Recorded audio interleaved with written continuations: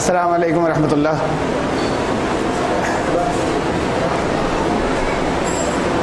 حاضرین کرام، رمضان کا 2/3 نکل چکا ہے، اور رمضان کے موضوع پر مجھے یاد ہے گزشتہ سال، پچھلے سال بہت تفصیل کے ساتھ میں نے بہت سی باتیں رکھی تھیں۔ وہ ٹاک جو ہوئی تھی وہ اس موضوع پر جو گفتگو بات چیت ہوئی تھی وہ رمضان کی ابتدا میں اور شروع میں تھی۔ تو بہت سی چیزیں، بہت سی باتیں جو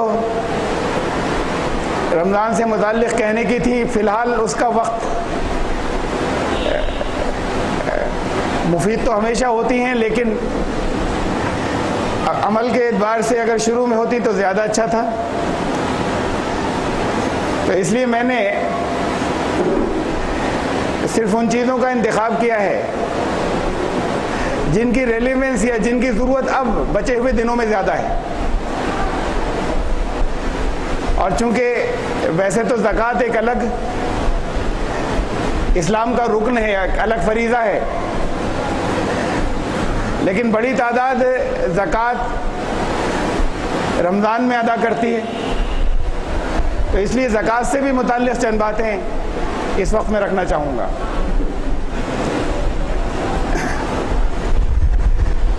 یہ جو ہمارے 4 اسلام کے بنیادی ارکان، عملی ارکان 4 کلمے کے بعد،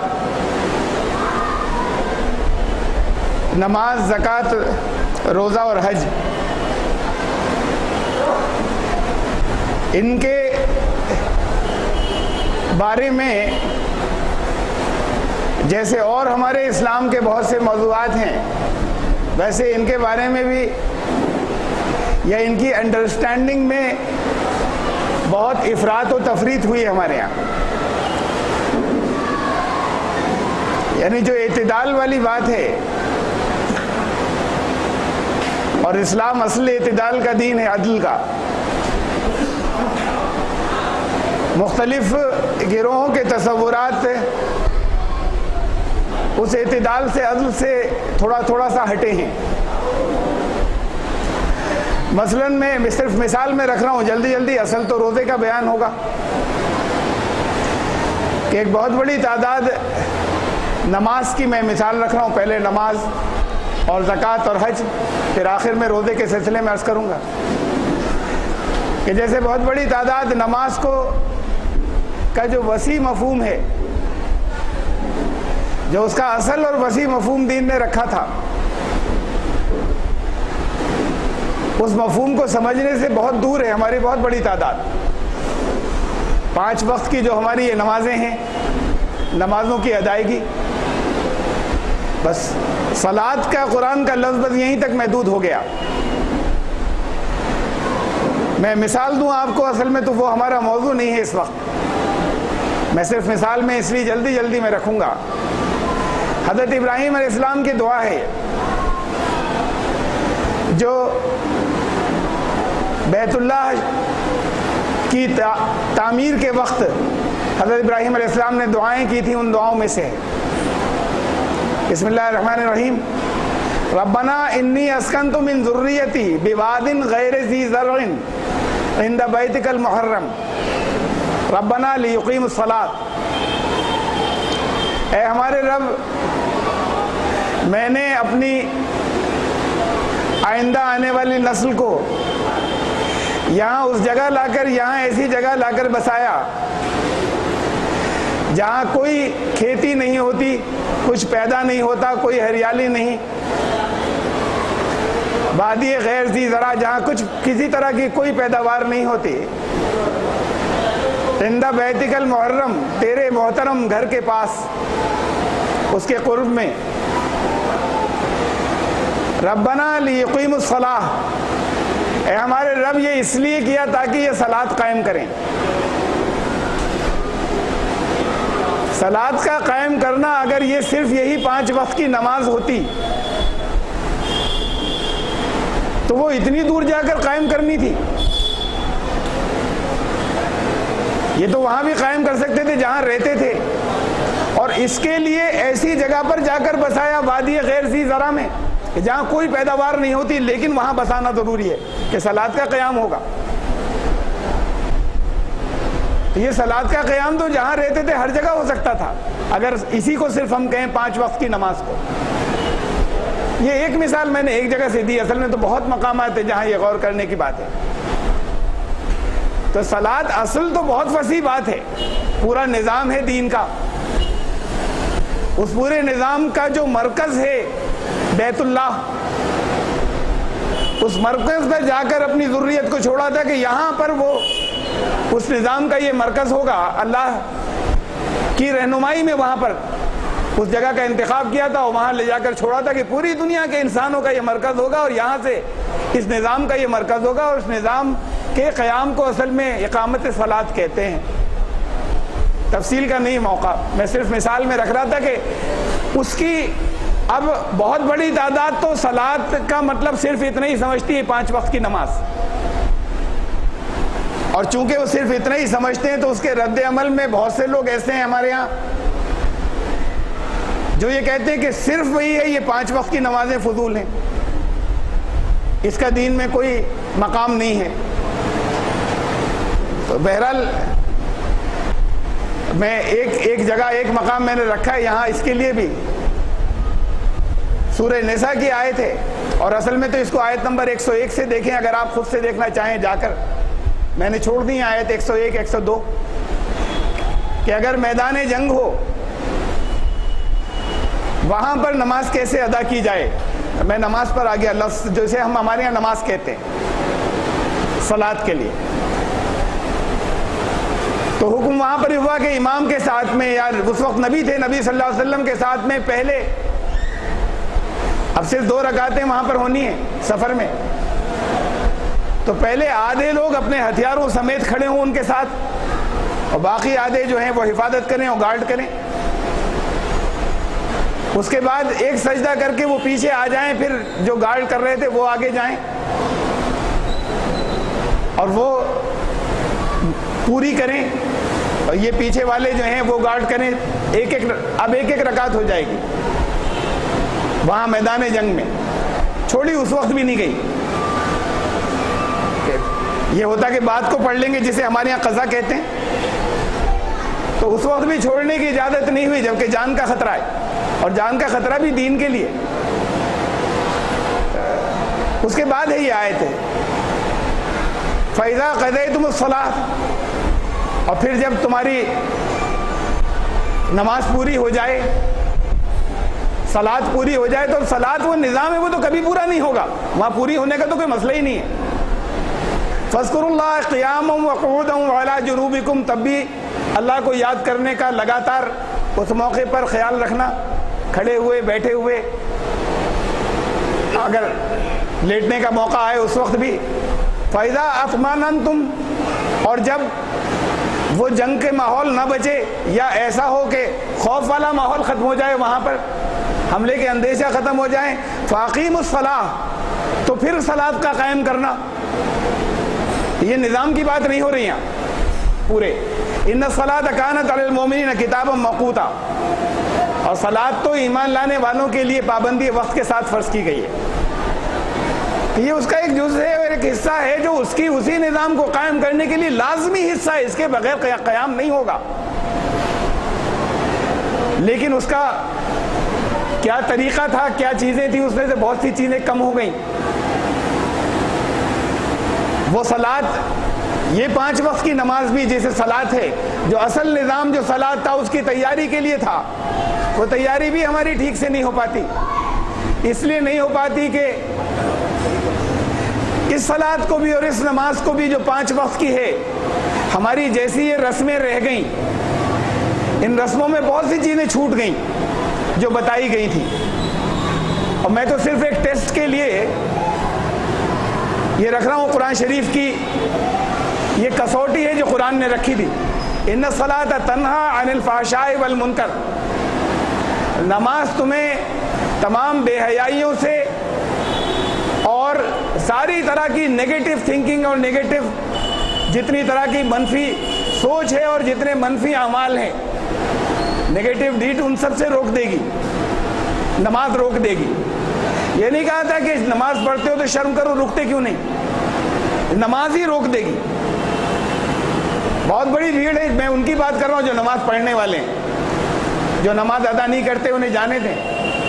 بہت بڑی تعداد ہے، برسہ برس سے نماز پڑھ رہے ہیں، زندگی میں سے ان کی جو امپروومنٹ آنا چاہیے تھا وہ نہیں آ رہا، نہ یہ چیزیں کم نہیں ہوئی جو یہاں پر بتائی گئیں۔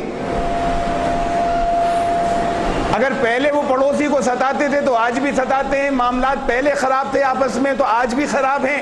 20 سال سے لوگ گواہی دے رہے ہیں کہ 5 وقت پابندی سے مسجد جاتے ہیں۔ محلے والے کہتے ہیں کہ ہم گواہ اس بات کے 5 وقت پابندی سے جماعت کی نماز پڑھتے ہیں۔ پڑوسی سے جھگڑا بھی کرتے ہیں، معاملات بھی خراب ہیں، لین دین کے جھوٹی گواہیاں بھی دیتے ہیں، یہ سب بھی ہے۔ 20 سال سے پابندی سے مسجد میں نماز پڑھتے ہیں۔ قرآن کہہ رہا ہے کہ نماز روک دیتی ان چیزوں سے، یہ نہیں کہا کہ نماز پڑھو تو رکنا چاہیے، صلاۃ روک دے گی۔ تو اب گواہی محلے والوں کی یہ ہے کہ 5 وقت کی پابندی سے نماز ہے، جماعت سے ہے۔ قرآن کہتا ہے نماز روک دے گی، اور زندگی میں سے یہ چیزیں کم نہیں ہوئی ہیں، سب باقی ہیں، سب چل رہی ہیں۔ تو اللہ کے کلام کو سچا مانے یا محلے والوں کی گواہی کو؟ کچھ کمی ہے کہیں، کسی جگہ کچھ کمی رہ گئی اس کو، جو 20 سال سے جو کچھ کر رہے تھے اس میں۔ ایسے ہی زکوٰۃ کا مسئلہ ہے۔ میں زکوٰۃ بھی ایک پورا اکانومک، ایک پورا معاش میں ایک پورا نظام ہے۔ وہ خالی ایسا نہیں کہ سال میں کچھ پیسے دے دینے ہیں، ایک معاشی تحفظ کا، ایک اکانومک سیکیورٹی کا ایک پورا سسٹم ہے اسلام کا۔ اور زکوٰۃ کے اصلی معنی ہیں، جو بنیادی معنی ہیں، وہ ہیں ارتقاء، بڑھنا آگے، ایوولوشن، پاکیزگی کے معنی میں بھی آتا ہے۔ میں نے ایک آیت رکھی یہاں پر لفظ زکوٰۃ کی آپ کے اس کے لیے کہ یہاں پر زکوٰۃ کے معنی مال دینا نہیں ہے، یعنی زکوٰۃ صرف مال دینے کو نہیں کہتے، اس مثال کے لیے آیت رکھی خالی۔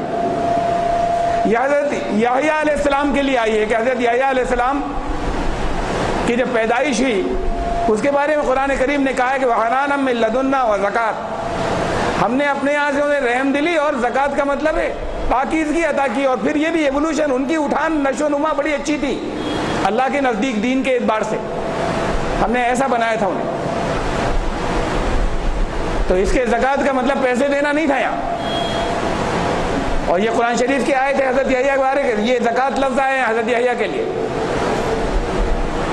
لیکن زکوٰۃ صرف اس سسٹم کو کہیں، اس نظام کو کہیں جس سے ہر ایک کا لگاتار دینی ارتقاء ہوتا چلا جائے، ایسا نہیں ہے۔ اس کے لیے ضروری ہے کہ وہ زکوٰۃ کا وہ حصہ جو اس کا جز ہے، جو یہاں پر ایک مالی منسک کے طور پر، عبادت کے طور پر رسول اللہ صلی اللہ علیہ وسلم نے بتایا کہ وہ ضروری ہے، لازم ہے، اس کے بغیر وہ نظام نہیں قائم ہوگا۔ وہ مال میں سے کچھ دینے کی چیز تھی۔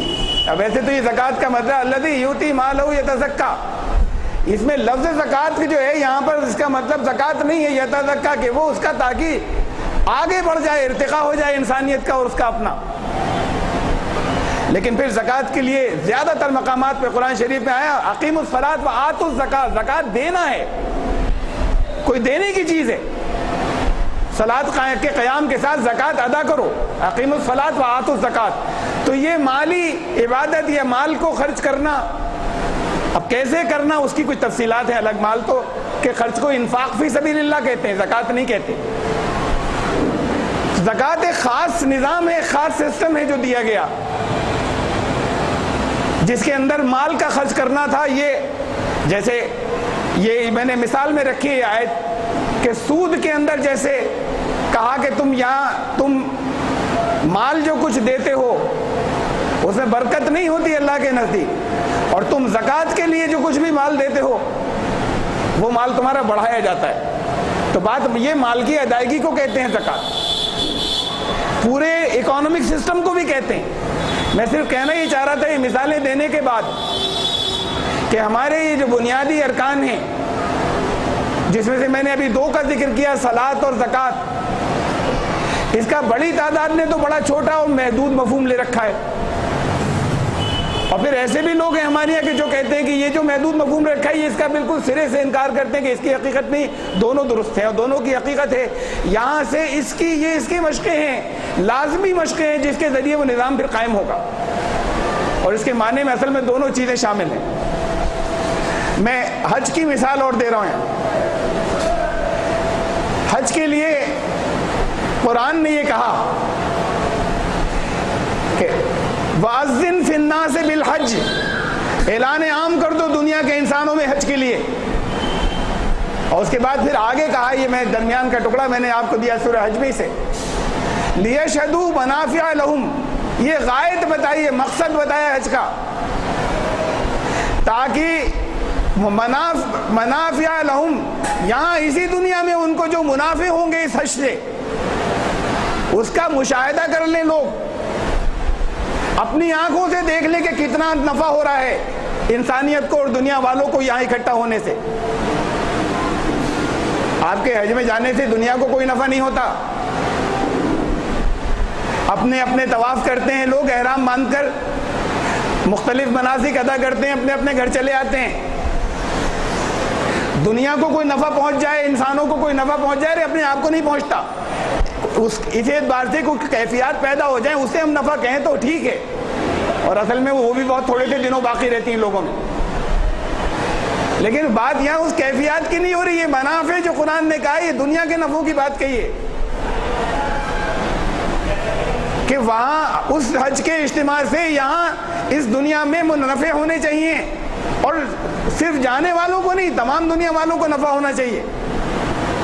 اور اس لیے اعلان کروایا، یہ غائط بتائیے، مقصد بتایا ہے کہ تاکہ وہ خود لوگ آنے کے بعد وہاں اپنی نظروں سے دیکھ لیں کہ کتنا فائدہ ہو رہا ہے دنیا کو کتنا نفع پہنچ رہا ہے.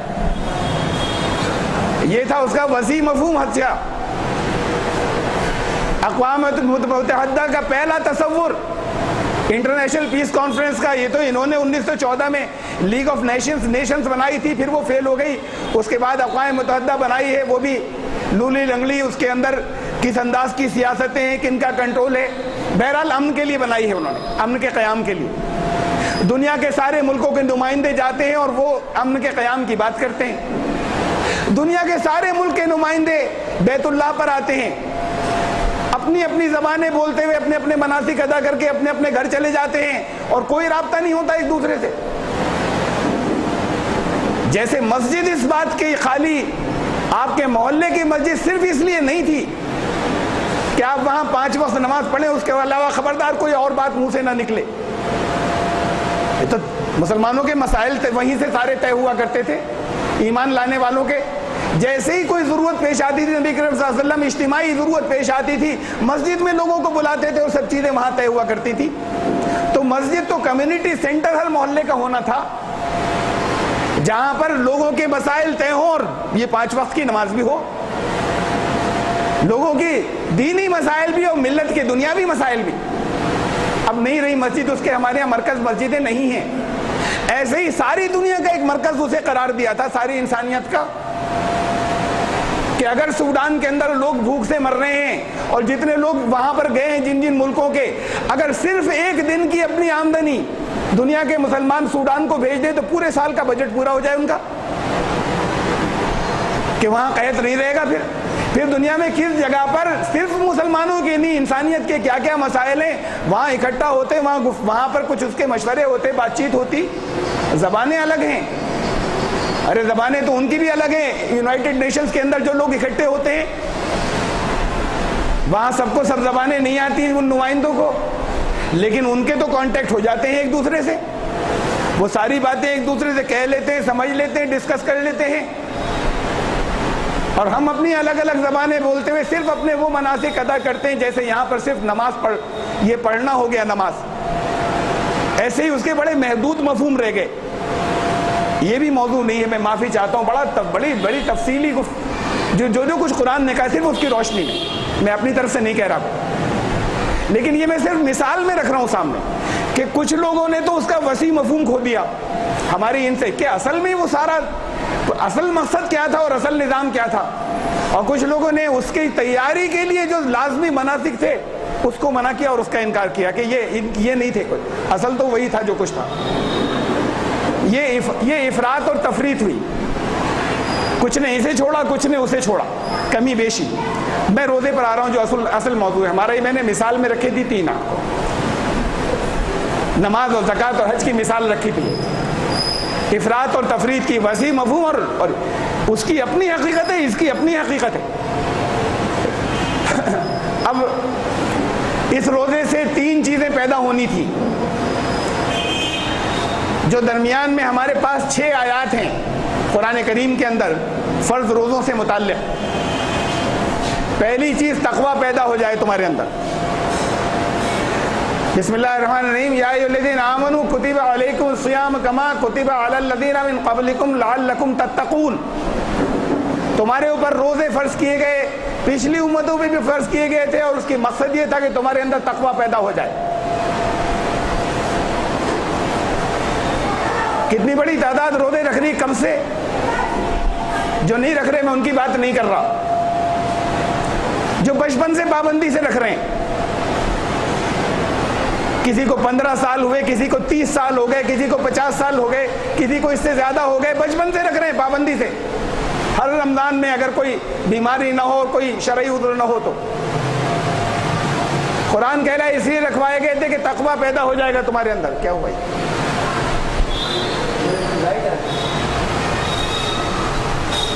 تقویٰ پیدا ہوگا تمہارے اندر۔ میں نہیں کہہ رہا کسی سے، آپ میں سے کسی سے کہ تقویٰ نہیں ہے آپ میں، اپنا اپنا جائزہ خود لیں کہ کتنا تقویٰ پیدا ہو چکا ہے۔ 50 سال میں، 30 سال میں، 25 سال میں، 20 سال میں روزے رکھتے چلے جا رہے ہیں، بچپن سے رکھ رہے ہیں۔ ایک پیشنٹ کسی ڈاکٹر سے دوا لاتا ہے، ایک پیشنٹ کسی ڈاکٹر سے دوا لاتا ہے، ڈاکٹر اسے ایشورنس دیتا ہے، یقین دہانی کرتا ہے کہ لازمی فائدہ ہوگا، ایک ہفتے میں رزلٹ دیکھ لیجیے گا۔ آ گئے اب 1 ہفتے دوا کھائی، کوئی فائدہ نہیں ہوا، 10 دن اور آگے کنٹینیو کی، 15 دن گزر گئے، کوئی فائدہ نہیں ہوا۔ کیا کرتے ہیں آپ؟ جاری رکھتے ہیں دوا؟ یہ ممکن ہی نہیں ہے، اگر ذرا سا بھی فائدہ نہیں ہو، اور ڈاکٹر نے یقین دہانی کرائی تھی کہ 1 ہفتے میں فائدہ ہوگا، یہ نہیں ممکن ہے کہ آپ 10 دن اور 15 دن، اتنی ہی بیماری کی اتنی ہی شدت ہے تو آپ دوا استعمال کیے چلے جائیں، ممکن ہی نہیں۔ یا تو دوا چھوڑیں گے، ڈاکٹر بدل لیں گے، یا ڈاکٹر کو کانٹیکٹ کریں گے کہ کوئی فائدہ نہیں ہوا۔ یہ نہیں ممکن ہے کہ ڈاکٹر کو بھی کانٹیکٹ نہیں کریں اور دوا بھی نہیں چھوڑیں اور استعمال کرتے چلے جائیں اور مرض کی شدت رہے، اور ڈاکٹر نے کہا تھا کہ فائدہ ہوگا ہفتے بھر میں، اللہ نے کہا تھا، اللہ نے فرمایا تھا کہ روزہ رکھنے سے تقویٰ پیدا ہوگا آپ میں، اور جانتے ہیں کیا کہا تھا کتنے دنوں میں پیدا ہوگا؟ یہ آپ کو خود سمجھنا ہے کیا کہا تھا، لفظوں میں نہیں کہا ہے۔ ہر 11 مہینے کے بعد یہ کورس پھر سے کروایا گیا ہے، بوسٹر، ایک ڈوز ہے 30 دن کی، اس کے بعد 11 مہینے کچھ نہیں، اس لیے کہ طبیب جانتا ہے کہ 11 مہینے اس کے اثرات باقی رہیں گے، اس لیے آپ کو 1 مہینے کا یہ علاج کرنا تھا اور 11 مہینے اس کے اثر باقی رہنا تھا۔ اب پھر دوبارہ ڈوز ریپیٹ ہونی ہے 11 مہینے کے بعد۔ اس کا مطلب یہ بات بتا دی گئی تھی کہ فائدہ ہوگا اور 11 مہینے تک وہ فائدہ باقی رہے گا، کم ہو جائے گا اگلی ڈوز آ جائے گی۔ یہاں 5 سال سے رکھ رہے ہیں، 10 سال سے رکھ رہے ہیں، 25 سال سے، 50 سال سے رکھ رہے ہیں۔ اگر وہ پیدا نہیں ہوا جو کہا تھا، جو یقین دہانی کرائی تھی کہ یہ پیدا ہو جائے گا، تقویٰ پیدا ہو جائے گا، اگر نہیں ہوا تو چھوڑتے کیوں نہیں؟ استعمال کیوں کیے چلے جا رہے ہیں؟ رکھے کیوں چلے جا رہے ہیں روزے؟ یا طبیب بدلیے، جائیے غیر اللہ کے پاس کہ تمہارے نسخے ٹھیک ہوں گے، یہ نعوذ باللہ اللہ کا نسخہ تو ٹھیک نہیں بیٹھا. اور اگر اس بات کا یقین ہے کہ اللہ ہی کے دیا ہوا نسخہ ٹھیک ہے اور لازماً ٹھیک ہے اور لازماً فائدہ ہونا تھا اور نہیں ہو رہا, تو کہیں ہماری کمی ہے. پھر اسے دیکھیے نا, پھر ایسے ہی رکھے کیوں چلے جا رہے ہیں؟ نہیں رکھنا تو ہے, نہیں چھوڑ دیں گے, اس لیے کہ اس بات کا یقین ہے کہ یہ طبیب نہیں بدلا جا سکتا, یہ صحیح ہے, یہ تجویز بھی ٹھیک ہے, یہ دوا بھی ٹھیک ہے, یہ فائدے کی جو یقین دہانی کرائی ہے وہ بھی لازماً درست ہے. جب اس کا یقین ہے اور فائدہ نہیں ہو رہا تو کہیں ترکیب استعمال میں غلطی ہے, کہیں نہ کہیں تو کمی ہے نا بھائی. آپ یہاں دنیا میں نہیں کرتے ایسا کہ کوئی فائدہ نہ ہو, استعمال جاری رکھیں دوا کا. ممکن ہے اجزاء اس کے کنٹینٹس جو ہیں اس میں کمی بیشی ہو, یعنی کچھ نہ کچھ تو کہیں پر ہے کچھ کمی. تو یہ غور کیے بغیر ہم صرف پروٹوٹائپ, صرف کاربن کاپی کی طرح, صرف کنڈیشن مائنڈ کے ساتھ میں, صرف بچپن سے کہ اس کا اجر ملے گا وہ کرتے چلے جا رہے ہیں. اور ٹیسٹ رکھے تھے, قرآن میں بتایا تھا, اللہ کے کلام نے ٹیسٹ رکھے تھے کہ یہ چیز پیدا ہوگی, پیدا ہوئی تو پھر وہ آپ کے منصب پورے ہو رہے تھے, نہیں ہوئی تو نہیں ہو رہے تھے.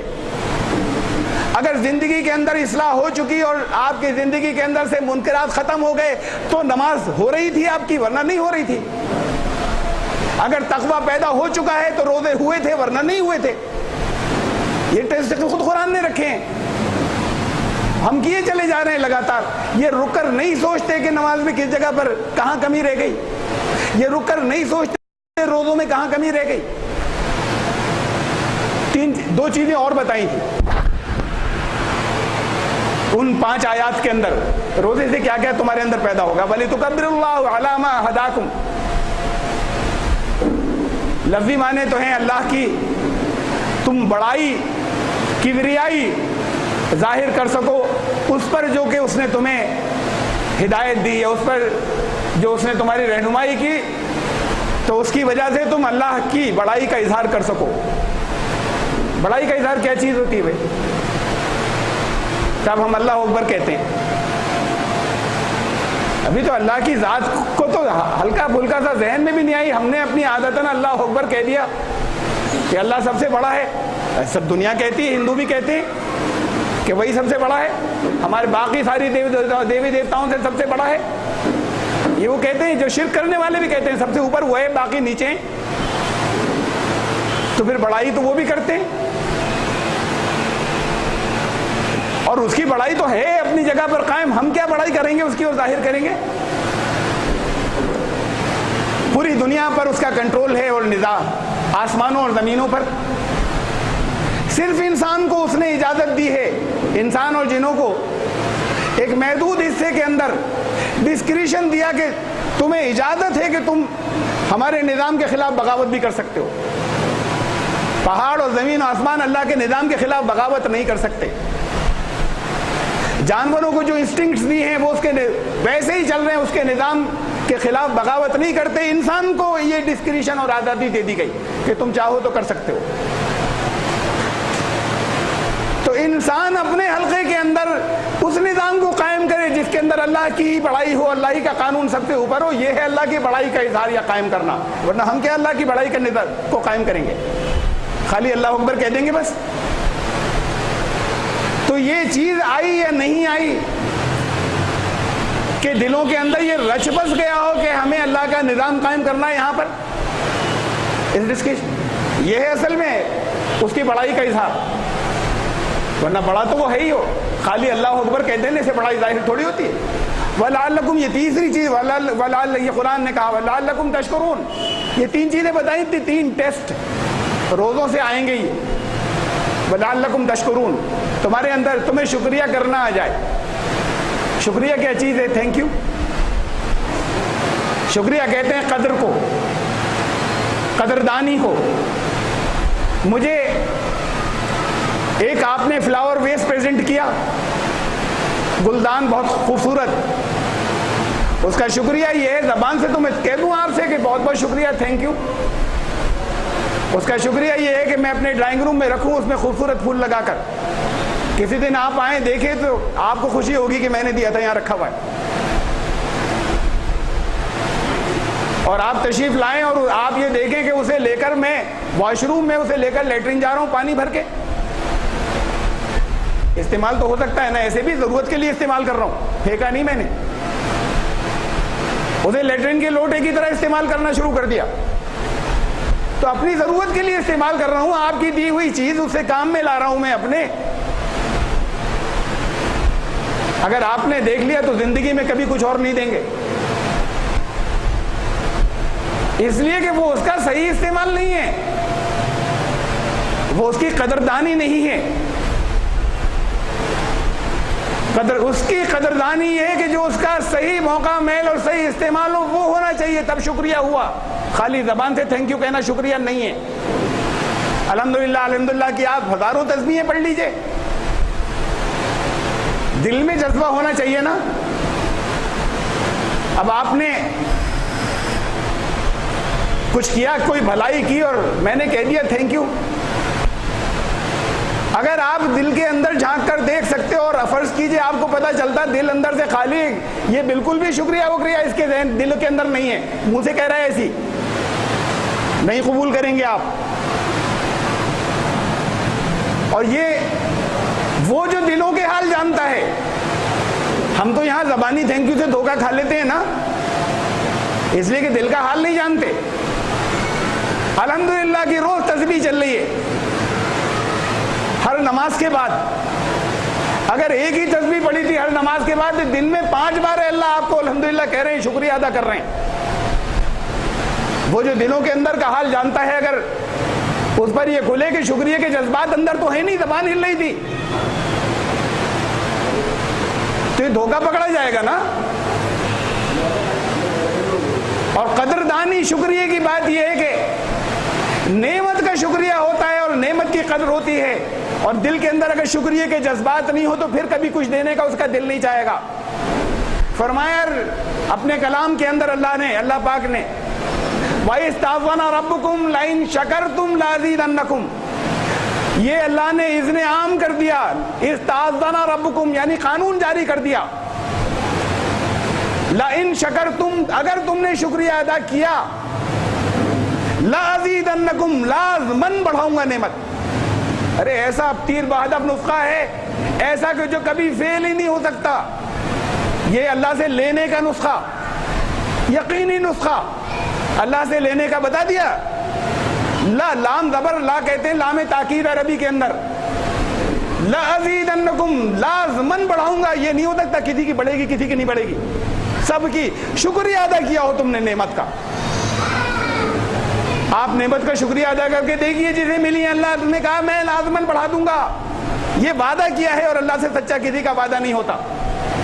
یہ بہترین طریقہ ہے اللہ سے لینے کا, ساری دعاؤں سے زیادہ مجرب طریقہ ہے. 100% ایسا ہے جو مس ہی نہیں ہو سکتا, اس لیے کہ وعدہ کیا اللہ نے. آپ شکریہ ادا نہیں کرتے, اس لیے نہیں بڑھ رہی, شکایتیں رہتی.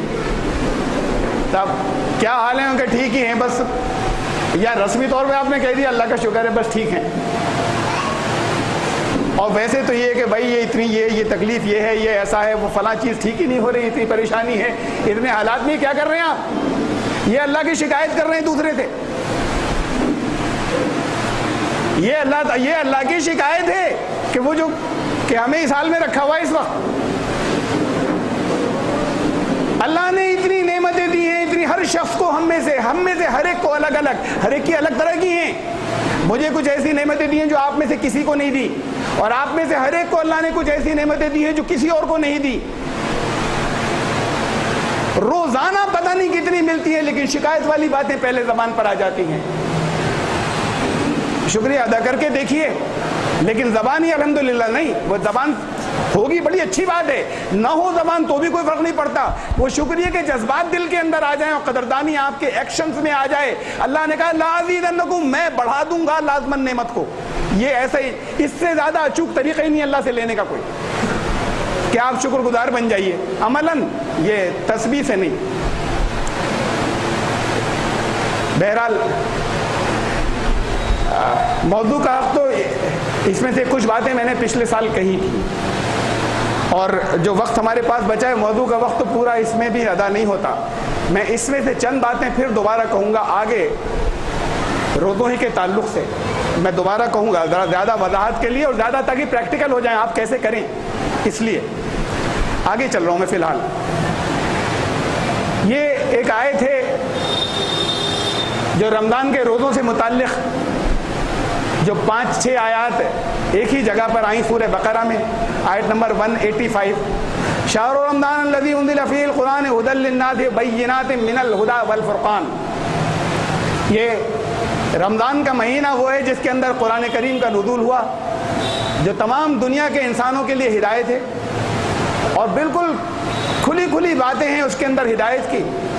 والفرقان، یہ فرق کہتے تھے عرب پرانی اپنی زبان میں ہے مانگ کو، بالوں کی مانگ کو فرق کہتے تھے، اور بالکل سیدھی ہو، وہ بالکل سیدھی ہو، ایک بال ادھر کا ادھر نہ ہو گیا ہو، ورنہ اسے کہتے تھے فرق ٹھیک نہیں رہا، یہ فرق ہو گیا اس کے اندر، ایک بال ادھر کا ادھر آ گیا۔ اس سے پھر یہ لفظ بنا تھا کہ فرق، الگ جدا کر دینا، اس معنوں کے اندر ہے۔ اور قرآن کو اللہ نے کہا، ایک نام دیا فرقان، حق و باطل ایسے جدا کر دیا کہ اب ایک بال برابر ادھر باطل حق میں نہیں آ سکتا، حق ایسا صاف ستھرا ہوگا۔ تو یہ فرقان ہے، کوئی کنفیوژن نہیں ہوگا باطل کو پہچاننے میں، شرط یہ کہ اس کو استعمال کریں۔ اگر اس فرقان کو استعمال کریں کہ باطل کتنا ہے حق کتنا ہے کسی چیز میں، فمن شہید منکم الشہر فلیصم، یہ کیا بات کہی، اس پہ ذرا سا غور کیجیے گا۔ ٹھیک ہے، رمضان میں آپ نے قرآن نازل فرمایا، اللہ نے کہا ہم نے نازل فرمایا، یہ ہدایت ہے دنیا والوں کے لیے، فرقان ہے۔ اب تم میں سے جو کوئی بھی اس مہینے کو پائے وہ اس کے روزے ضرور رکھے۔ کیوں؟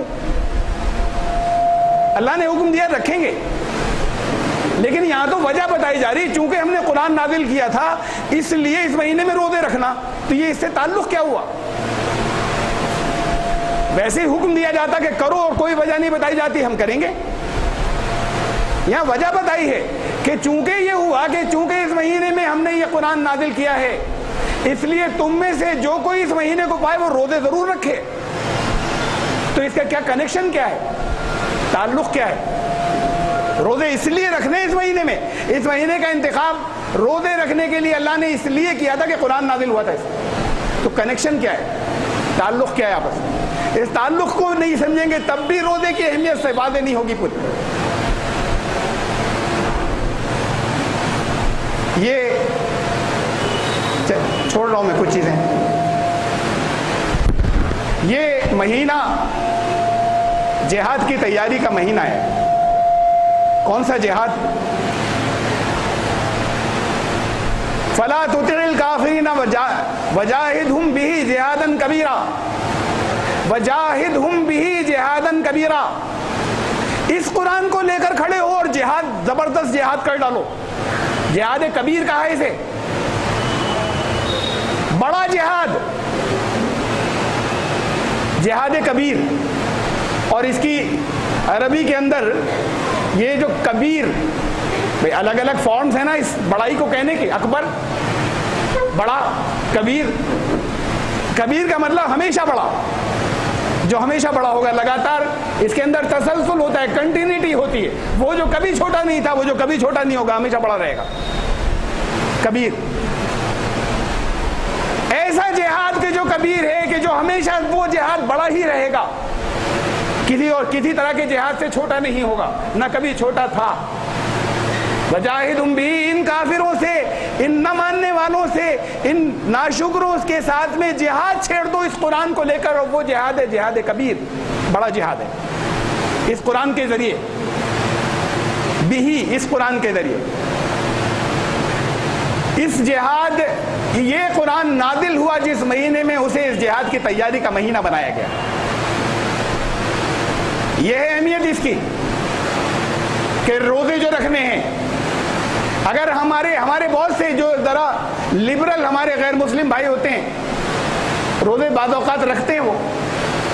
اب ہمارے یہاں تو کوئی بچہ بھی رکھتا ہے تو وہ تنہائی میں بھی کچھ نہیں کھاتا پیتا، بڑے شوق سے رکھتا ہے، کہہ کر بہت اصرار کر کے بھی ماں باپ روکتے ہیں کہ رک جاؤ، ابھی نہیں، اگلے سال رکھنا، نہیں رکھنا ہے۔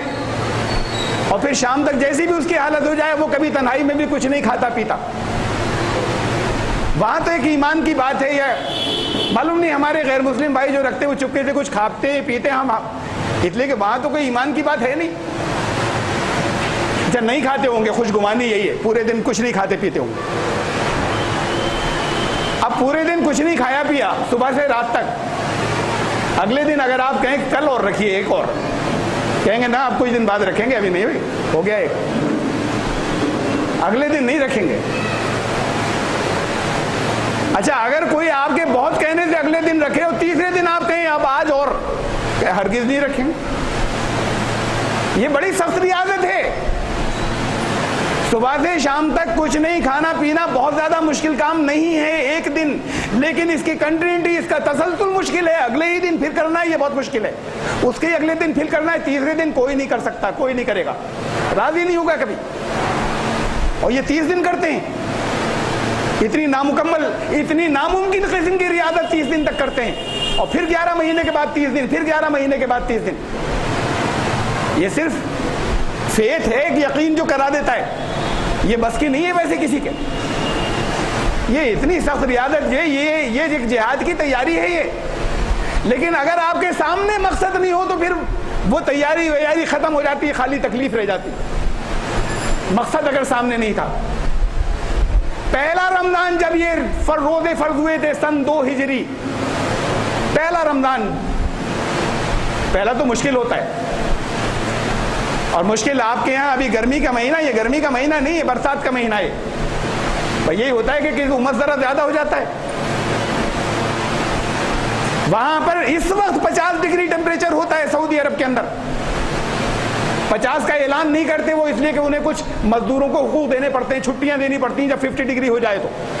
ہمارے یہاں 48 ڈگری پہ لوگ مرنے لگتے ہیں, باہر جو لوگ ہوتے ہیں کھلی دھوپ کے اندر. وہاں 50 ڈگری ٹیمپریچر اس وقت ابھی آج کل میں چل رہا ہے. وہ رکھتے ہیں, آفیشیلی اعلان نہیں کرتے, وہ 49 تک رک جاتے ہیں جا کے. لیکن مجھے جو فون آئے اور لوگوں نے بتایا کہ ہم نے باہر دیکھا ہے ٹیمپریچر 50 سے نکلتا ہوا. یہ حکومت اعلان نہیں کر رہی. تو جہاں 50 ڈگری ٹیمپریچر ہوا کرتا ہے اور جہاں اس سے بھی اوپر نکل جاتا ہے, وہاں پر روزے رکھنے والے کوئی اے سی نہیں ہوا کرتے تھے, یہ سیلنگ فین بھی نہیں ہوا کرتے تھے. تو وہاں پر اس گرمی کے اندر, اس ریگستان کے اندر روزے رکھنے والے, پہلا رمضان ہے, جنگ بدر پیش آ گئی رمضان میں. تو یہ جو جہاد کی تیاری کا مہینہ تھا, اس کو شروع ہی اللہ نے ایسے کیا ہے کہ پہلے ہی رمضان کے اندر پہلا غزوہ ہوا ہے. 17 رمضان کو جنگ بدر ہوئی ہے اور نکلے اس سے پہلے تھے. تو اس گرمی کے اندر, رمضان کے اندر یہ پھر آزمائش آ گئی کہ تمہیں تیاری جہاد کی کرائی گئی تھی, نکلو شروع کر دو, آ جاؤ. تو یہ جہاد کی تیاری کا مہینہ ہے, اس لیے کہ اس قرآن کو لے کر اصل جہاد کرنا تھا. تو اس لیے اس مہینے کو اللہ نے پسند کیا اس تیاری کے لیے, اس لیے اس میں روزے رکھوائیں. صوم, اب میں صوم کی اس بات کو بھی, اس پہلو کو بھی پھر میں دوبارہ لے آؤں. پوری زندگی کے اندر ہر طرح کی نافرمانی سے بچنا جو اصل صوم ہوتا ہے, یعنی کہ صوم کے لفظی معنی بچنا. لیکن یہ اصطلاحاً یہ کہ ہم کن چیزوں سے بچیں, وہ خاص صرف ان آیتوں میں واضح کر دی گئی کن چیزوں سے بچیں. یہ نہیں ہے کہ یہ کھانے پینے سے رکیں اس 30 دن کے اندر. ومن کان مریضا وعلی سفر فعدۃ, گنتی پوری کرنا. کس چیز کی گنتی؟ جس چیز سے روکا گیا تھا اس مہینے کے اندر. جو تم میں سے بیمار ہو یا سفر پر ہو, وہ گنتی بات کو پوری کر لے. یہ اللہ تمہارے لیے آسانی چاہتا ہے, ولی تکملوا العدۃ, تاکہ تم گنتی پوری کر لو. اگر برائیوں سے بچنا تو ہمیشہ کے لیے تھا, کچھ دنوں کی گنتی کا کیا مطلب؟ تو یہاں کسی اور خاص چیز سے, وہی انہی آیاتوں میں بتا دیا گیا ہے. یہ اگلی آیت ہے جس کے اندر کہا کہ پہلے تم لوگوں کے ایسا کیا کرتے تھے, یہ سمجھتے تھے, پچھلی شریعتوں میں تھا, یا تم یہ سمجھتے تھے کہ رات میں روزہ تو 24 گھنٹے کا ہوتا ہے, راتوں میں اب شوہر اور بیوی کے تعلقات نہیں ہو سکتے, اور تم یہ سمجھتے تھے اور اس کے بعد خیانت کرتے تھے, تعلقات کرتے تھے قائم.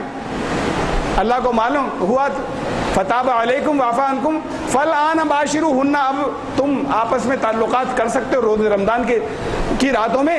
وَكُلُوا وَاشْرَبُوا حَتَّى يَتَبَيَّنَ لَكُمُ الْخَيْطُ الْأَبْيَضُ مِنَ الْخَيْطِ الْأَسْوَدِ مِنَ الْفَجْرِ. وہاں سے اب تم کھانا پینا بھی اب کر سکتے ہو اس وقت تک جب فجر کے وقت کا تمہیں اجالا ہلکا سا نظر آنا شروع ہو جائے رات کے وقت تک جا کر, اس وقت تک بیچ میں, درمیان میں, دن میں نہیں. یہ بتا دیا کن چیزوں سے رکنا تھا, بنیادی طور پہ کن چیزوں سے رکنا تھا. یہ ایسا نہیں کہ یہ صوم خالی بچنے کو کہتے ہیں, صوم کن چیزوں سے بچنے کو کہتے ہیں اس رمضان کے مہینے میں. یہ بڑا سخت جہاد ہے, اور اس جہاد کی تیاری کرائی تھی اس مہینے میں, اس لیے کہ اس مہینے میں قرآن نازل ہوا. تو یہ اصل اہمیت ہے رمضان شریف کی, قرآن سے اس کا تعلق. یا دیکھیے پورے قرآن شریف میں صرف ایک جگہ کہا ہے خوشیاں منانے کی اجازت تو 50 چیزوں پر ہے, خوشیاں منانے کا حکم ملا ہے, خوشیاں مناؤ, یہ پورے قرآن شریف میں ایک ہی جگہ ہے. یا ایھا الناس قد جاءتکم موعظۃ من ربکم وشفاء لما فی الصدور وہدی ورحمۃ للمؤمنین. اے انسانوں, تمہارے پاس تمہارے رب کی طرف سے آ گیا وہ واعظ آ گیا, اور تمہارے سینوں کے اندر جو روگ تھے اس کی بیماری کا وہ نسخہ آ گیا, وہ شفا آ گئی, جو ایمان لانے والوں کے لیے ہدایت اور رحمت ہے. قل بفضل اللہ وبرحمتہ, اب کہہ دو کہ یہ تو اللہ کا فضل سے ہوا یہ, اور یہ اس کی رحمت سے ہوا. فبذالک, اور اس لیے فلیفرحوا, تمہیں یہ چاہیے کہ خوشیاں مناؤ. اب یہ پورے قرآن میں ایک ہی جگہ, ایک ہی بات پر, قرآن کے نازل ہونے پہ تمہیں خوشیاں منانی چاہیے. فلیفرحوا, عید آتی ہے رمضان کے بعد. رمضان وہ مہینہ ہے انزل فیہ القرآن, جس میں قرآن نازل ہوا. اب جیسے ہی یہ مہینہ ختم ہوا آپ خوشی مناتے ہیں عید کے دن. قرآن نے حکم دیا تھا یہ وہ تو اپنی جگہ, آپ نے روزے, حدیث میں بتایا گیا روزے بڑے اچھے طریقے سے رکھ لیے, اب خوشیاں منائیے, بالکل ٹھیک ہے, لیکن روزے بہت اچھے طریقے سے رکھ لیے, اس کو قرآن نے واضح کیا کہ یہ جہاد کی تم نے بڑی اچھی تیاری کی ہے, چونکہ اس مہینے کے اندر قرآن نازل ہوا تھا, اصل میں اس لیے تمہیں خوشی منانی ہے. خوشی مناؤ, یہ قرآن کے نزول کی خوشی ہے. یہ حصہ غائب ہے لوگوں کے ذہنوں سے. ہم نے روزے رکھ لیے, صبح سے شام تک کھایا پیا نہیں, اس کی خوشی منا رہے ہیں. صبح سے شام تک کیوں نہیں کھایا پیا تھا؟ اس لیے نہیں کھایا پیا تھا کہ اس مہینے کے اندر قرآن نازل ہوا تھا, اس میں تم سے مشق کرائی گئی تھی, اور یہ ایسی چیز ہے, ایسی چیز تمہیں مل گئی ہے کہ اب اس کے اوپر تمہیں خوشیاں منانی ہیں. قرآن کہہ رہا ہے کہ یہ اللہ کی فضل اور رحمت سے ہوا. فبذالک فلیفرحوا, اب اس کے اوپر خوشیوں کا ظاہر کرو, خوشیوں کا اظہار کرو. ہمارے 2 تہوار ہیں, عید الفطر اور عید الاضحیٰ. ایک تو خوشی منانے کا موقع آ گیا, یہ قرآن جب نازل ہوا تھا اس کے فوراً بعد مہینہ ختم ہوا, خوشی منا رہے ہیں. دوسری عید, عید الاضحیٰ, یہ بات اپنی جگہ کہ سمبولک بات ہے, ایک علامتی بات ہے کہ آپ قربانی کرتے ہیں. خوشی کس بات کی ہے, تیوہار کس بات کا ہے, وہ اپنی جگہ پہ سمبولک بات. آخری آیت جب قرآن کی نازل ہوئی, نزول قرآن جو مکمل ہوا, نزول قرآن شروع ہوا رمضان کے مہینے میں, نزول قرآن مکمل جو ہوا ہے 23.5 سال کے بعد. الیوم اکملت لکم دینکم واتممت علیکم نعمتی ورضیت لکم الاسلام دینا, یہ سورہ مائدہ کی آیت نمبر 3.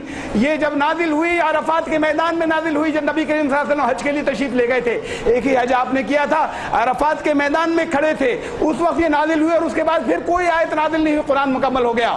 قرآن مکمل ہو گیا, اگلے دن عید ہے. عرفات کے اگلے دن یوم النحر ہے, قربانی کا دن.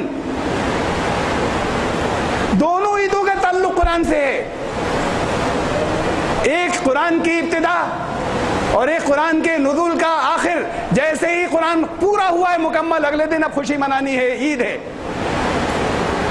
اور صرف 2 عیدیں ہیں آپ کی, دونوں کا تعلق قرآن کریم سے. اس قرآن کے بارے میں کہا لقد انزلنا الیکم کتابا فیہ ذکرکم, ایک ایسی کتاب بھیجی تمہارا ذکر ہے, اس میں تم سب کا. عقل استعمال نہیں کرتے, افلا تعقلون, تم سب کا ذکر ہے. اور بل آتیناہم بذکرہم فہم عن ذکرہم معرضون, ارے ہم اب ان کا ذکر لے کے آئے, تمہارا ذکر لے کے آئے, جن کا ذکر لے کے آئے اپنے ذکر سے بھاگ رہے ہیں. کیا بات کہی اللہ نے, ہم ایک ایسا کلام لائے ہیں جس میں تمہارا ذکر ہے, تم سب کا. کیسے لوگ ہیں عقل سے کام نہیں لیتے, اپنے ذکر سے بھاگ رہے ہیں. بل آتیناہم بذکرہم, ارے ہم ان کا ہی ذکر لے کر آئے, فہم عن ذکرہم معرضون, یہ اپنے ذکر سے منہ پھیر کر چلے جا رہے ہیں. کس گڑھے میں جائیں گے, تباہ ہو جائیں گے. پھر میں نے پچھلے سال چونکہ, لیکن ہے پھر سے یاد دلانے کا ہے جنہیں, ان کے لیے ریوائز ہو جائے گا. اپنا ذکر کی بات کا ایک مثال سن لیجئے خالی. ہمارے ساتھ تو دن رات ہوتی ہے, لیکن پہلے قرآن سے بات کرنا تو سیکھیے, کلام کرنا سیکھیے. کلام ہے نا, کلام کا مطلب بات چیت. مردے سے کلام نہیں ہوتا ہے, زندہ سے ہوتا ہے. زندہ کلام ہے, یہ خالی کہنے کے الفاظ نہیں ہیں, سچ مچ زندہ ہے, بات کرتا ہے,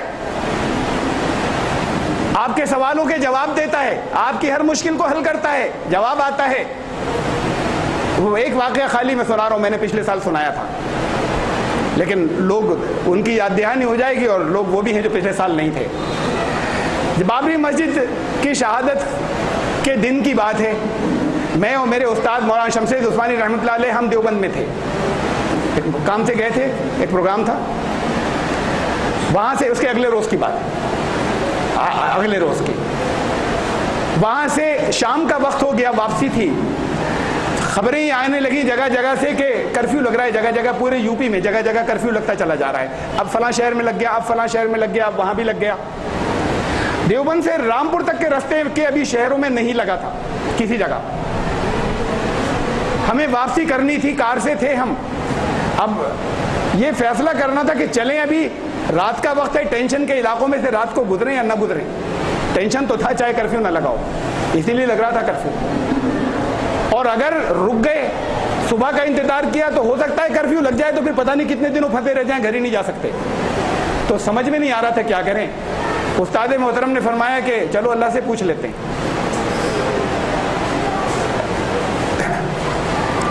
نماز میں عشاء مغرب کے وقت کے بعد کی بات ہے, مجھ سے فرمایا کہ اللہ سے دعا کرو کہ اللہ اپنے کلام سے جواب دے دے, امام صاحب کی زبان سے جواب دلوا دے عشاء کی نماز میں, یہ نیت کر لو. عشاء کی نماز پڑھی ہم نے جماعت سے. وہاں پہلی رکعت میں تلاوت ہوئی سورہ فاتحہ کے بعد والتین, سورہ والتین, اور دوسری رکعت میں سورہ فاتحہ کے بعد تلاوت ہوئی سورہ انا انزلنا. ہم باہر آئے, نماز پڑھ کے مسکرا رہے تھے, کہہ رہے دیکھو اللہ نے جواب دے دیا. ہماری جواب سے بات شروع ہوئی تھی, ہماری جواب پر بات ختم ہوئی ہے. 3 چیزوں کو گواہ بنا کر اللہ نے کہا ہے, والتین والزیتون وطور سینین وہذا البلد الامین. ہاں, اب اس کے لفظی ترجمہ سنیے گا, اصل مطلب جو بھی ہے اس کا, وہذا البلد الامین, ہذا مانے یہ, بلد مانے شہر, امین امن کا, یہ شہر امن کا شہر ہے. یہ تھی پہلی آیت, تلاوت یہاں سے شروع ہوئی تھی. دوسری رکعت کی آخری آیت تھی سلام ہی حتی مطلع الفجر. لفظی ترجمہ سنیے, سلام سلامتی ہے, ہیا یہاں, حتی انٹل انلیس یہاں تک کہ, کب تک, مطلع الفجر فجر کے طلوع ہونے تک یہاں سلامتی ہے. یہ بتایا کہ یہ امن کا شہر ہے, فجر کے طلوع ہونے تک یہاں پر سلامتی ہے. ہمارے جواب سے بات شروع ہوئی تھی, کہنے لگے اللہ نے جواب دے دیا. سو آرام سے, بس فجر کی نماز فوراً ارلی پڑھیں گے اور فوراً نکلیں گے, جلدی پڑھ کے اپنی جیسی وقت ہو جائے گا. ہم نے نماز پڑھی, ہم نکلے, ہم رامپور آئے. ہم جہاں جہاں سے نکلے ہمارے پیچھے کرفیو لگتا گیا, ہم یہاں تک سیف آئے. اللہ کا کلام سے جواب آتا ہے, اس سے کمیونیکیٹ آپ کر سکتے ہیں, زندہ کلام ہے. تو ہر دور کے اندر جواب دے گا اس دور کی ضرورتوں کے. ان آیات کا وہ مطلب دنیا میں کسی اور کے لیے نہیں تھا, صرف ہمارے لیے تھا. ان آیات کا وہ مطلب ہمارے لیے صرف اس دن تھا, اس کے بعد پھر کبھی نہیں. لیکن جواب بھی دیتے ہیں. تو تمہارا ذکر ہے اس کے اندر, تمہیں عقل نہیں ہے, اور ہم ان کا ذکر لے کر آئے, منہ پھیر کر چلے جا رہے ہیں. فرمایا کتاب, اگلی آیت میں کچھ 2-3 آیتیں رکھی میں نے اس کلام سے متعلق. کتاب انزلناہ الیک مبارک لیدبروا آیاتہ, یہ مبارک برکت والی کتاب ہم نے نازل فرمائی ہے تمہاری طرف. لیدبروا, تمہیں اس میں تدبر کرنا ہے, غور و فکر کرنا ہے. تدبر نہیں کرو گے جواب بھی نہیں ملے گا کوئی. تو تمہیں اس میں غور و فکر کرنا ہے, تمہاری زندگی کے مسائل حل ہوں گے. تو کوئی مسئلہ باقی نہیں بچے گا. بات خالی اصولی نہیں ہو رہی کہ بڑی بڑی باتوں کی، آپ کی زندگی کے چھوٹے چھوٹے مسائل کی بات بھی میں کر رہا ہوں.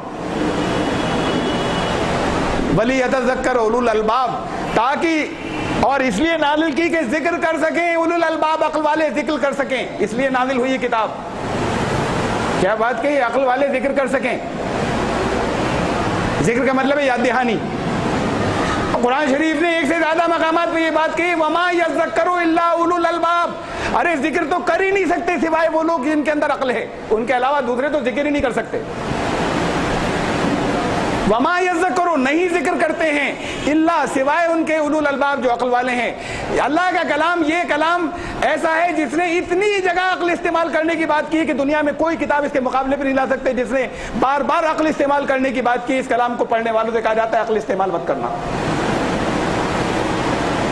قرآن کہہ رہا ہے آیا اسی لیے، ارے ذکر بھی نہیں کر سکتے، کیا ذکر کرتے ہو؟ تمہیں آپ کو ذکر بتا دی گئے، تسبیح لے کے بیٹھے ہوئے ذکر کر رہے ہیں. قرآن کہہ رہا ہے عقل والوں کے علاوہ تو کوئی ذکر نہیں کر سکتا. ارے اللہ کے کلام کا خالی ترجمہ پڑھ لیجیے، پھر جو چیزیں سامنے آئیں گے اس کے بعد شروع کر دیں گے آپ بہت سی چیزیں کہ نہ ہمیں یہ غلط بتایا گیا تھا، ہم نے یہ غلط سمجھا تھا، ہم نے یہ غلط سمجھا تھا، اب یہ ایسے کریں گے. کہا اس میں غور و فکر کرنا. اور لا تحرک، لیکن ایک بات اور، یہ تراویح جو روزانہ رات کو آپ کھڑے ہو جاتے ہیں اور امام صاحب فراٹا مارتے ہیں اس کے اندر، قرآن نے منع کیا تھا لا تحرک بھی لسانک لتعجل بھی، عجلت میں زبان کو حرکت نہیں دیا جائے گا. ارے سمجھنے کی چیز ہے، غور و فکر کی چیز ہے. بڑی بابرکت ہے یہ نظام جس کے اوپر آپ جھگڑے کرتے ہیں کہ 8 ہیں یا 12 ہیں یا 20 ہیں. یہ جھگڑے کرنے کی باتیں، بڑا بابرکت نظام ہے کہ آپ جا کر کھڑے ہو جائیں، لیکن ایسے ہی نہیں کہ آپ کھڑے رہیں. اب پریشان ہو رہے ہیں، پہلو پہ پہلو بدل رہے ہیں، سمجھ میں تو کچھ بھی نہیں آ رہا وہاں کیا چل رہا ہے. یہ تو اجتماعی مطالعہ قرآن تھا جو رکھا گیا تھا کہ جس کو آپ تھوڑا سا خود پہلے سے مطالعہ کر کے آتے، پھر سمجھ بھی رہے ہوتے، عربی جان بھی رہے ہوتے، اور پھر وہاں پر سب کا چل رہا ہوتا اور پورا قرآن آپ کا مکمل ہو جاتا. ہر چیز کی اصل تو کہیں چلی گئی، وہ خالی رسمیں چل رہی ہیں ہماری. کہا تھا حرکت مت دینا زبان کو جلدی جلدی. یہاں جتنی جلدی فراٹے مارتے ہیں لوگ، کہتے ہیں کہ بڑے اچھے امام صاحب ہیں، اچھا پڑھاتے ہیں، 1.25 گھنٹے میں ختم کر دیتے ہیں. یہ بھی ضروری نہیں ہے، سمجھ لیجئے، یہ بھی ضروری نہیں ہے کہ ایک ایک لفظ الگ الگ آ رہا ہو سمجھ میں. یہ ضروری ہے کہ ٹھہر ٹھہر کر پڑھیں. ضروری نہیں ہے کہ صاحب ایسے تھوڑی پڑھا تھا کہ کوئی لفظ سمجھ. ہر لفظ آپ ٹیپ، اگر آپ چاہیں تو ریکارڈ کر لیجئے، سن لیجئے، ہر لفظ کلیئر تھا. اس میں کلیئر ہوگا، جلدی نہیں کر سکتے آپ. اپنی زبان کو جلدی جلدی حرکت مت دینا. جب قرآن نے منع کیا تو وہ گناہ ہو گیا، پھر کہنے والے، پڑھنے والے بھی گناہ گار، سننے والے بھی گناہ گار. میں یہاں پر آپ سے بات کروں، میں بیٹھا ہوں، ابھی گفتگو چل رہی ہے، میری تو ویسے بھی بولنے کی رفتار ٹھہر ٹھہر کرنی اچھی خاصی تیز ہے، لیکن ایسی ہے کہ آپ سے کمیونیکیشن ہو رہا ہے. اسے آپ یہ نہیں کہہ رہے کہ بات سمجھ میں نہیں آ رہی. لیکن اگر میں ابھی آپ سے یہ کہوں کہ ابھی 7 بجے ختم ہو جائے گا، اس کے بعد مجھے بہت جلدی جانا ہے، فوراً یہاں سے رامپور جانا ہے، افطار مجھے یہاں پر آپ زیادہ مجھے روکیے گا، مجھے افطار کرتی مجھے روانہ ہونا ہے، وہاں جلدی پہنچنا ہے، وہاں پہ تراویح کے بعد مجھے اس کا خلاصہ پیش کرنا ہے. اگر میں آپ سے ایسے بات کروں اور آپ ریکارڈ کر لیجئے، اس میں ایک لفظ بھی ایسا نہیں ہے جو کلیئر نہیں تھا. میں نے ہر لفظ کلیئر بولا ہے، لیکن یہ گفتگو کرنے کا طریقہ نہیں ہے. آپ تو ذرا دیر منہ کر کے منہ پھیر لیں گے، اور کسی بڑے آدمی سے کریں گے تو کہے گا نکالو اسے، کون آ گیا بےہودہ ہی. اللہ کے سامنے ایسی بات، اللہ کا کلام ایسی چلے گا. تو یہ بھی کافی نہیں ہے کہ ہر لفظ اس کے اندر صاحب ہم نے کوئی لفظ غائب نہیں کیا تھا، ملا نہیں دیا تھا، گٹمٹ نہیں کر دیا تھا، کلیئر تھا، کلیئر نہیں تھے. جلدی جلدی زبان حرکت نہیں دی جائے گی. سمجھیں گے کیا؟ سمجھنے کے لیے تھا. اور کہا قرآن کو ٹھہر ٹھہر کر پڑھنا. تو یہ تو رمضان سے متعلق بات ہے، اس لیے میں نے آپ کے سامنے رکھی. آپ کو تو سنت موقعہ بتا دیا کہ تراویح ہے. رسول اللہ صلی اللہ علیہ وسلم نے فرمایا تھا کہ اس کے سیامہ فریضۃ، اس کے روزے فرض ہیں، وقیامہ تطوعا، اور اس کے جو رات کے جو قیام ہے، قیام اللیل جو ہے، جو اس کی تراویح ہے، وہ تطوع، وہ ایکسٹرا ہے، چاہو تو کرنا، چاہو تو نہ کرنا، مت کریے. یہ نہیں کہہ رہا آپ سے مت کریے، ضرور کریے. ارے رمضان نکل جائے گا، اس سے زیادہ بابرکت دوسری کوئی چیز نہیں ہے. لیکن ایسے کریے جیسے بتایا تھا. اگر یہ جو کچھ ہو رہا ہے تو اس سے بہتر ہے مت کریے، گناہ ہے. ایسے نہیں ہونا چاہیے. اس سے بہتر ہے کہ نہ کریے، نہیں کرنے کا نہیں ہوتا. یہ ذرا اس سے متعلق کتاب انزلناہ الیک لتخرج الناس من الظلمات الی النور باذن ربہم الی صراط العزیز الحمید، ایک کتاب ہے جو ہم نے نازل فرمائی سورہ ابراہیم کی پہلی آیت ہے، تاکہ تم دنیا کے انسانوں کو لتخرج الناس اندھیروں سے نکال کر اجالے میں لے آؤ، اس لیے یہ کتاب نازل فرمائی۔ مقصد جو جگہ جگہ چل رہے ہیں اسے دیکھ لیجئے، یہ مقصد سامنے نہیں ہوں گے قرآن کریم سے، اس مقصد کو پورے کرنے کا اس مہینے میں عزم نہیں ہوگا، جہاد کی تیاری نہیں ہوگی تو کوئی رمضان نہیں۔ اس لیے روزوں کے فائدے نہیں آ رہے، نماز کے فائدے نہیں آ رہے، تقوی پیدا نہیں ہو رہا روزے سے تمہیں، اس لیے کہ دنیا کے انسانوں کو اندھیروں سے نکال کر روشنی میں لانا ہے، نور میں لانا ہے، اس لیے اللہ نے یہ کتاب بھیجی تھی۔ کنتم خیر امت، اب تم ہو سب سے اچھی امت، اخرجت للناس، دنیا کے انسانوں کے لیے لایا گیا ہے تمہیں۔ اگر اخرجت للناس نہیں ہے تو امت نہیں ہو، امت محمدی، دنیا کے انسانوں کے، تمہیں اس قرآن کو اس لیے لایا گیا، اس کا ایک مقصد ہے کہ دنیا کے انسانوں کو اندھیروں سے اجالے میں لے کر آنا ہے۔ باذن ربہم، دی تم اپنے رب کے حکم سے صحیح راستے کی طرف۔ یہ جو قرآن نے کہا کہ یہ جو اندھیروں سے لا کر اجالے میں لانے کی بات تھی، کہا اندھیرے اور اجالے کی بات ایک آیت میں ہے، ذرا سا دیکھیے گا اسے، قل هل يستوي الأعمى والبصير، اچھا بندو کیا تھا پھر کیا کہ ذرا بتانا کہ کیا جو نابینا ہے اور جن سے نظر آتا ہے یہ برابر ہو سکتے ہیں، اور هل تستوي الظلمات والنور، اور کبھی تم اسے بھی برابر کر سکتے ہو، اندھیرے اور نور یہ برابر نہیں ہو سکتے۔ تمہیں دنیا کے انسانوں کو اندھیروں سے اجالے میں لانا تھا، لیکن اس کے ساتھ ایک بات اور کہی دوسری جگہ کہ جیسے آنکھوں والا اور نابینا ایک جیسے نہیں ہوتے، ایسی اجالے اور اندھیرے ایک جیسا نہیں ہوتا۔ اس کو ایک ہی آیت کے اندر یہ دو باتیں کہی گئی، کمپیریزن کی، اندھیرے اور اجالا، نابینا اور دیکھنے والا، اس کو الگ الگ تو ہم پڑھ لیتے ہیں، الگ الگ غور بھی کر لیا ہم نے، ہماری سمجھ میں بھی آ گیا، ایک ہی آیت میں ہے تو ان کو کمبائنڈ ایفیکٹ نہیں دیکھتے، ان کو ملا کر نہیں دیکھتے۔ دیکھیے ملا کر ذرا سا دیکھیے انہیں،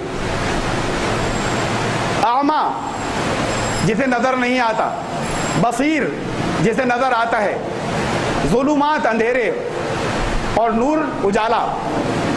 ابھی تو آپ خالی اتنا کرتے ہیں، ان آیت کو ایسے آپ نے پڑھا کہ صاحب یہ اندھا اور دیکھنے والا ایک جیسے نہیں ہوتے، اندھیرے اور نور ایک جیسا نہیں ہوتا۔ اگر آپ کو دیکھنا ہے، دیکھنے کے لیے آنکھوں کی ضرورت ہے، جس کی بینائی جس میں نہیں دیکھ سکتا، اچھا ہیں آنکھیں لیکن اندھیرا گھپ کر دی پھر بھی تو نہیں دیکھ پائے گا۔ آنکھوں کے ساتھ میں یہ ضروری ہے کہ اجالا ہو، پھر بھی نہیں دیکھ پائے گا۔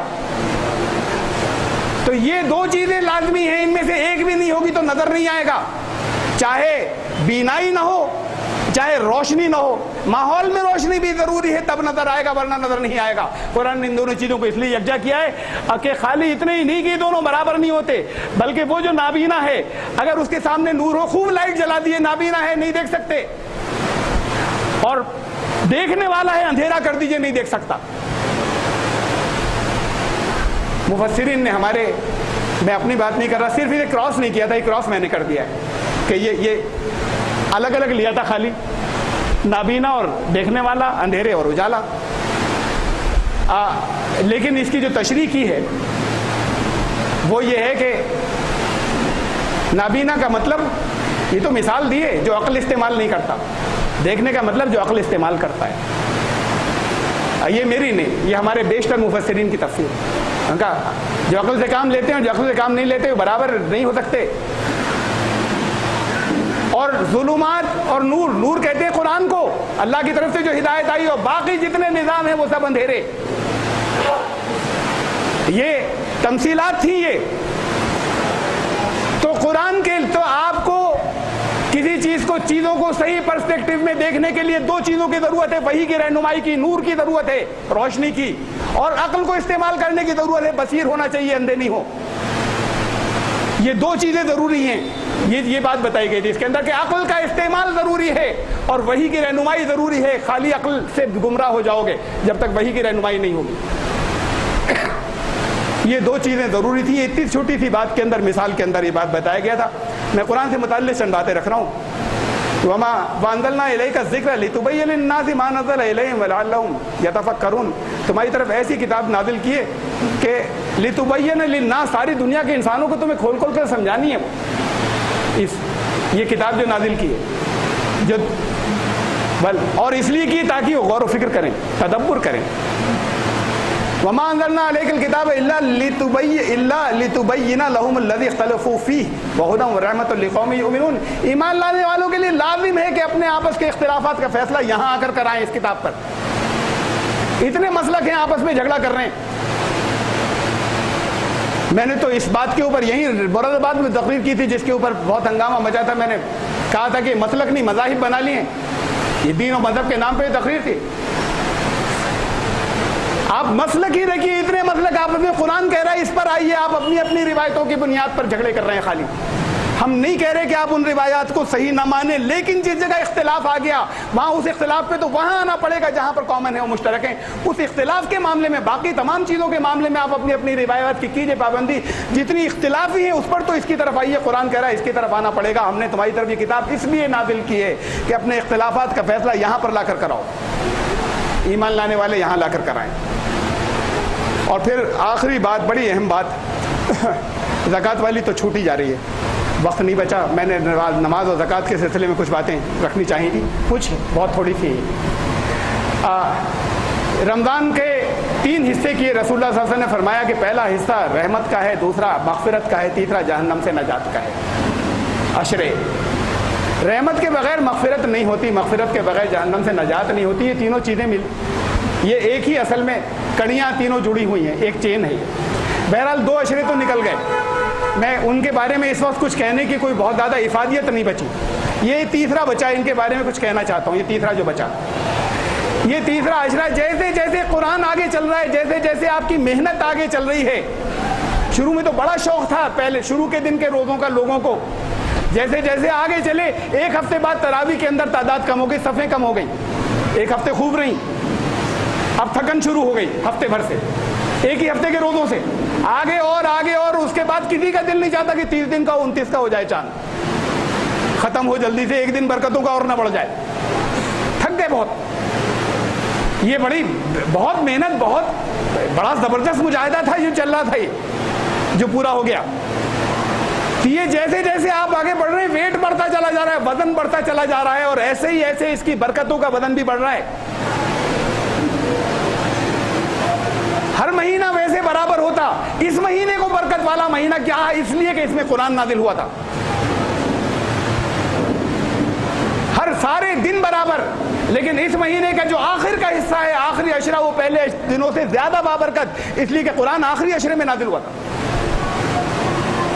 اور آخری عشرے کے اندر کوئی ایک رات تھی جس میں نازل ہوا تھا. اس آخری عشرے میں وہ رات اتنی عظیم، اتنی عظیم، اتنی بڑی، شاید آپ نے غور آج تک قرآن پڑھتے رہے ہیں، ممکن ہے بعض لوگوں نے نہ کیا ہو، کچھ نے کیا ہو.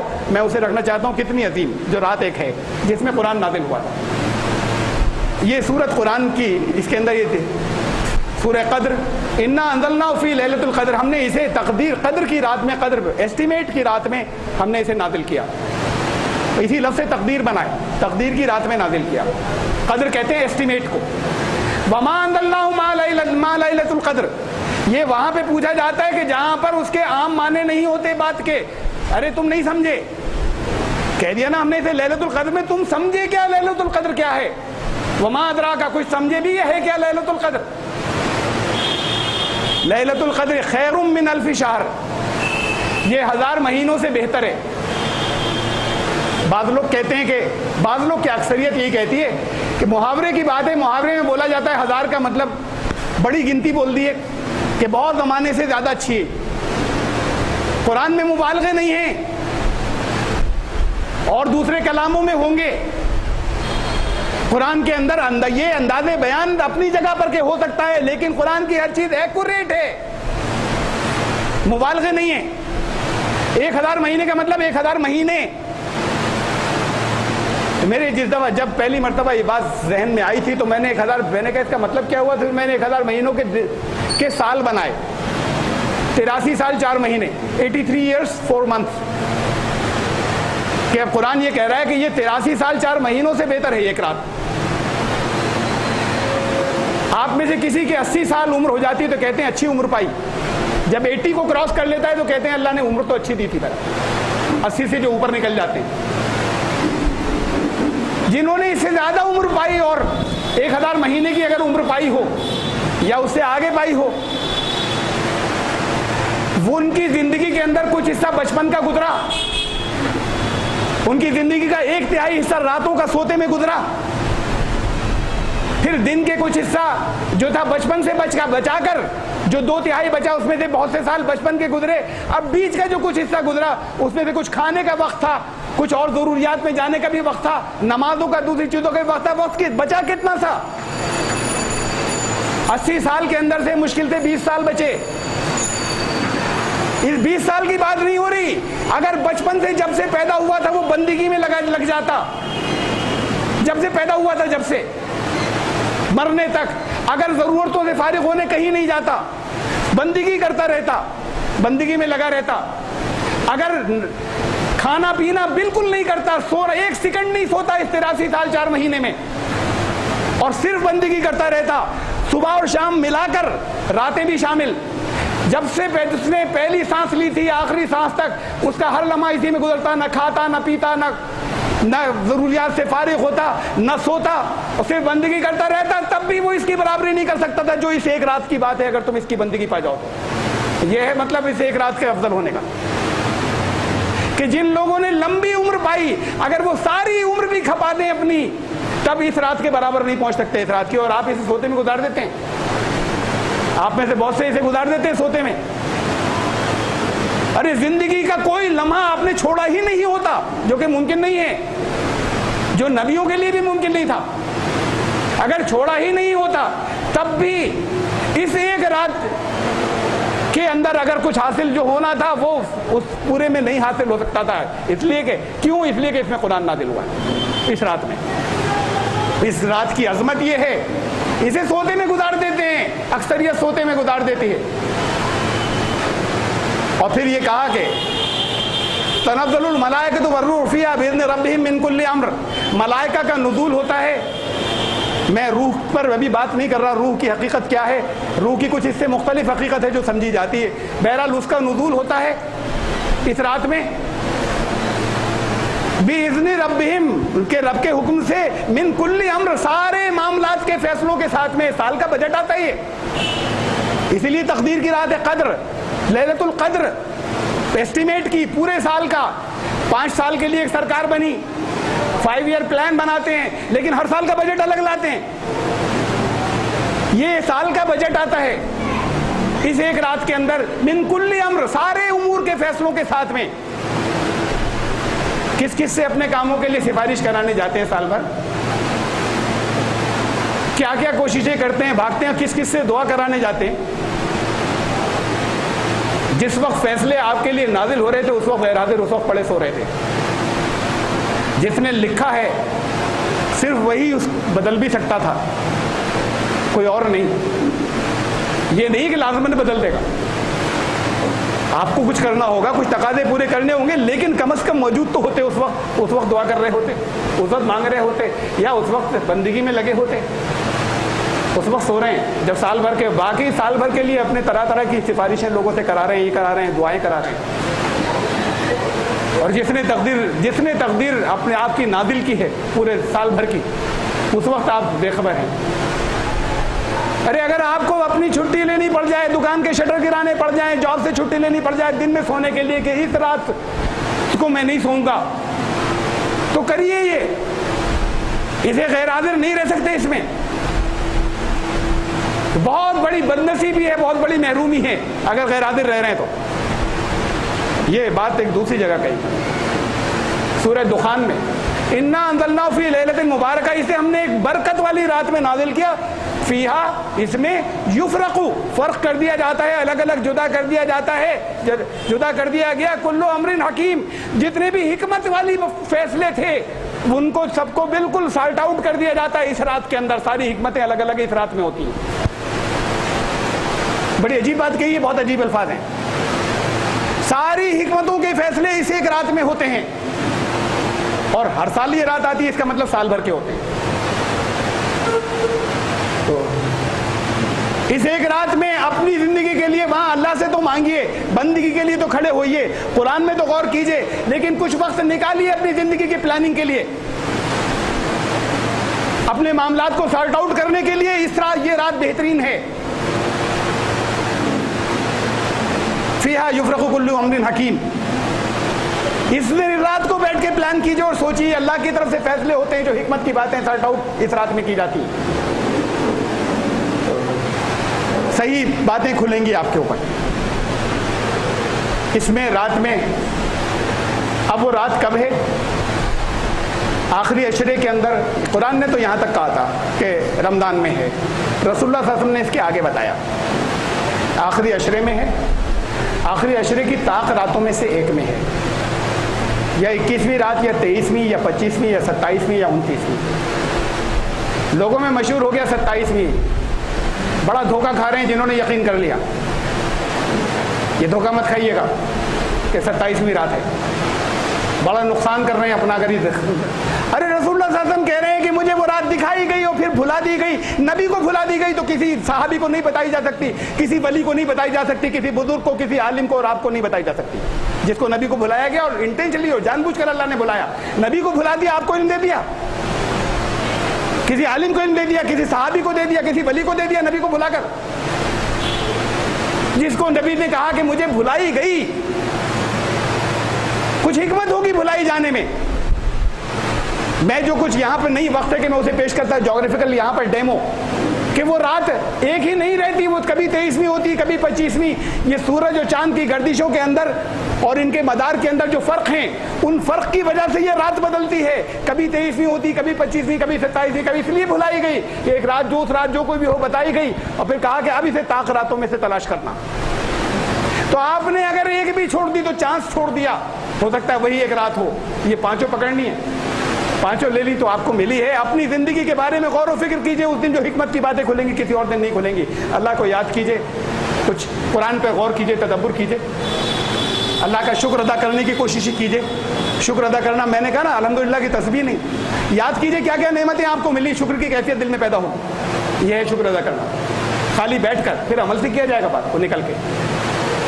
اکیلے تنہا نہیں گزر پاتی عام طور سے رات، بڑی اچھی بات ہے، آپ اکیلے گزاریے، اس لیے کہ صحابہ اکٹھے نہیں ہوتے تھے، کہیں ہمیں روایت نہیں ملتی۔